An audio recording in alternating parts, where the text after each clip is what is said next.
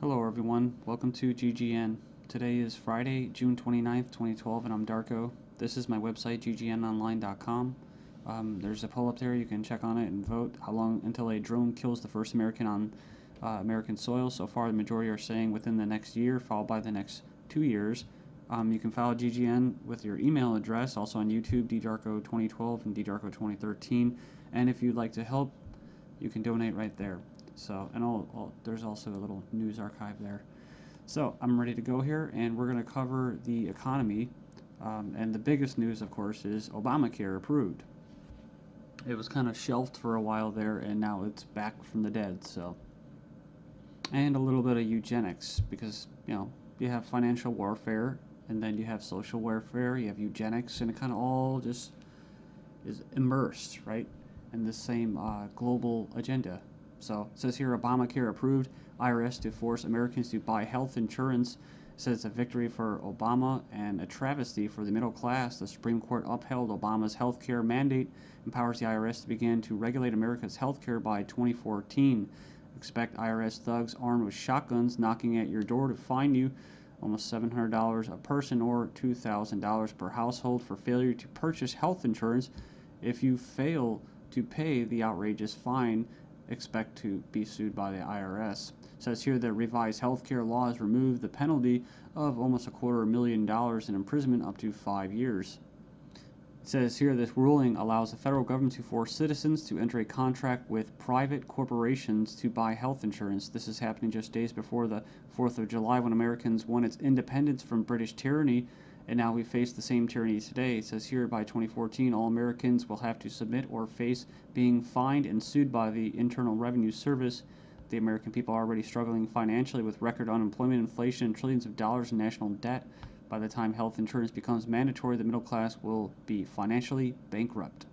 This is the reason why the military and police are preparing for martial law in the U.S. streets, says because people will revolt against the system that has basically turned people into financial slaves. So it says here that they're conditioning Americans with checkpoints and speed traps, army drones to spy on us. We're going to cover all this, rolling out the tanks and putting military goons on residential streets to prepare us for what is to come in the future. It says here the Bilderberg Group discussed in Spain about wanting to level America into a third world impoverished nation where we're all poor under world government dictatorship. It says here soon the Americans' standard of living will drop significantly, and it won't just be the standard of living, it will be their age of death, right? Their basically the average lifespan. It says here services will be cut. We're going to get into that too, death pathway and stuff like that. Taxes will be increased until we become so poor that we are unable to fight, and resistance will be futile. As Americans issue split decision on healthcare ruling, nearly 2/3 believe politics played too great a role. So it says Americans are sharply divided over Thursday's Supreme Court decision on the 2010 healthcare law, with 46% agreeing and 46% disagreeing with the High Court's ruling that the law is constitutional. Then you have from the Daily Bail, Obamacare complicated. Check out the flow chart. And yeah, there's our buddy, the IRS, right there. But it's just a god-awful mess. And you have Secretary of Health and Human Services in the middle. All these different vested interests, all these different bureaucracies. And the biggest invested interest that helped write the bill was the insurance companies. And they're the ones that are going to basically, how could you say, not profit. Well, they will profit, but they're going to get the best advantage from this, right? And if you would like an anarchist perspective on the whole Obamacare thing, I think Stefan Molyneux did a pretty good analysis of this. I think he held back a lot. I think he's gone over it and made his point so many times, his argument, that he was actually kind of just laid back about it. So it's kind of nice. It's 18 minutes, not too long. The truth about Obamacare, yes, it's even worse than you think. And right here in the description, he puts in there the 6 facts that he presents in his argument. So fact 1, there is no law in the U.S. anymore. Basically what he's saying is that if they could just do anything, then there's no law, right? And it's tricky because, in quote, in a stateless society, there would be what? No law. Well, there would still be common law. See, this isn't common law. This is political law. That's why you have pigs, political law enforcement, and the like that are going to be enforcing this, federal agents and that. So in other words, what he's saying is that you might as well just have no government, because right here you have a dictatorship with, quote, laws, right? They have laws that basically write in a dictatorship. So we have here Obamacare is an admission that all previous government health care programs have failed. So, and this is true. I remember the recording, about Nixon and stuff like that, getting people on Medicaid. It doesn't really matter whether it's good or not.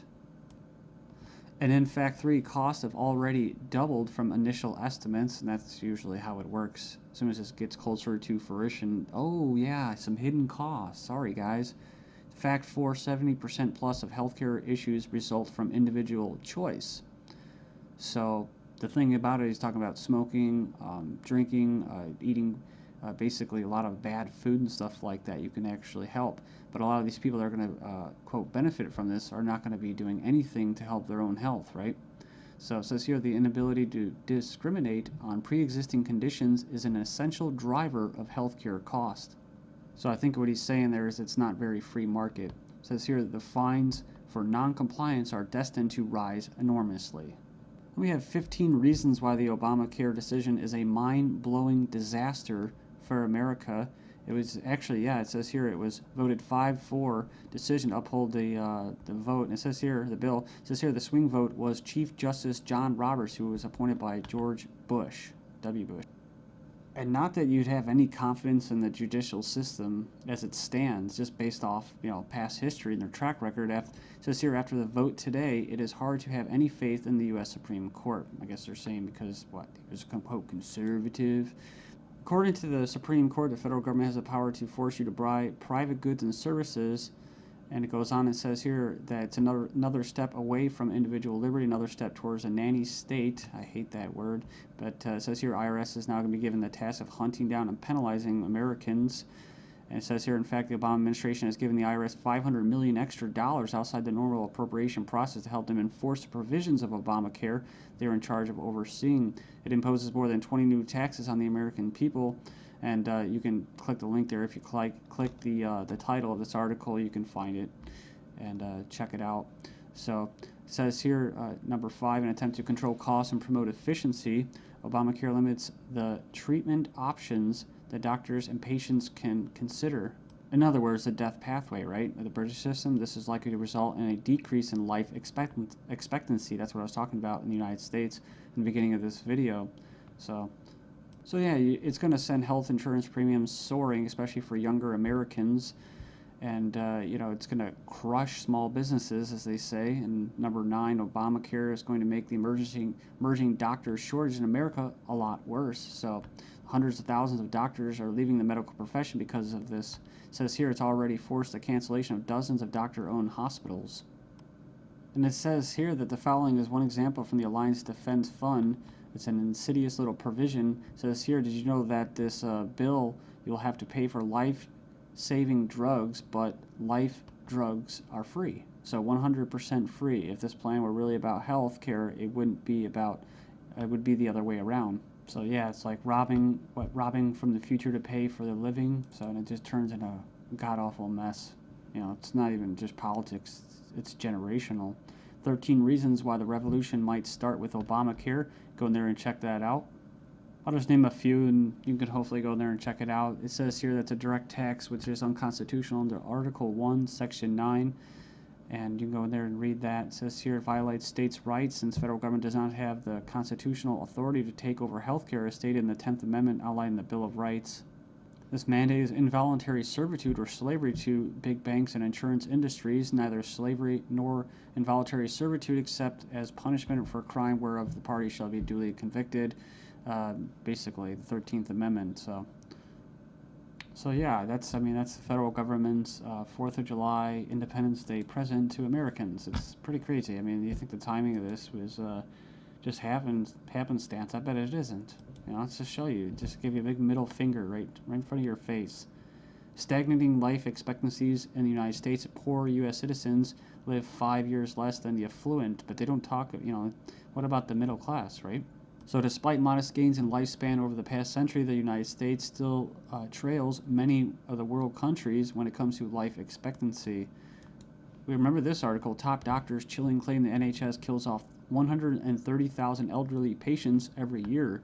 It says here, a professor says doctors use death pathway to euthanasia of elderly. Says here that Liverpool care pathway, death pathway, may be slippery slope to backdoor euthanasia. This is from 2009 from the Telegraph. Says here that the patient assessment selects those deemed close to death for withdrawal of food and fluids or being placed on a continuous sedation until they die off. Next up, we have another little example. Doctors said this individual was a typical lazy teenager. Actually, she had an aggressive form of cancer. So it goes on here. It says that she was finally diagnosed after she had an MRI scan following a fall. So basically, she was left undiagnosed for 6 months after doctors mistook her symptoms for typical teenager laziness. So as cancer rates soar due to the eugenics and that, I see these articles. European meeting to be held to raise awareness of the eugenic current of European society held in Strasbourg, France. It's hosted by the Parliamentary Assembly of the Council of Europe, or PACE, this week to address the alleged eugenic current of European society and eugenics and human rights issues of prenatal screening. It says here, currently the highest court in Europe is considering a complaint from a woman who claims that she was not given a prenatal screening which would have revealed her daughter's Down syndrome and thus allow her to choose to abort her child. They didn't go into this, which is what? Scottish toddlers to be tested to see if they will grow up to be drug addicts or criminals. So they're going to basically examine them to determine their capacity for violent crime, to be violent. But what happens when this comes to the UK? Thailand violent students to be drafted into our army automatically. And another possibility is this. Desperate Europeans try to sell kidneys and lungs being offered for as much as $250,000 as Europeans are grappling with the economic misery. Illegal organ sales are on the rise with desperate sellers willing to basically part with their kidneys, corneas, bone marrow, and even lungs to put food on the table. Says here, organized criminal groups are preying upon the vulnerable on both sides of the supply chain. So they're not just talking about Israel, they're talking about internet ads spotted across Italy, Spain, Greece, Russia. And people leave comments about euthanasia. I don't, it's like I don't have a moral issue with somebody carrying out euthanasia, as long as there's some kind of consent there. The only issue I have for it, or with it, and that's why I bring it up, is when it's in the government's hands, where we have a government legislating morality. They can't do that, like the death penalty. So I don't support the death penalty. With euthanasia,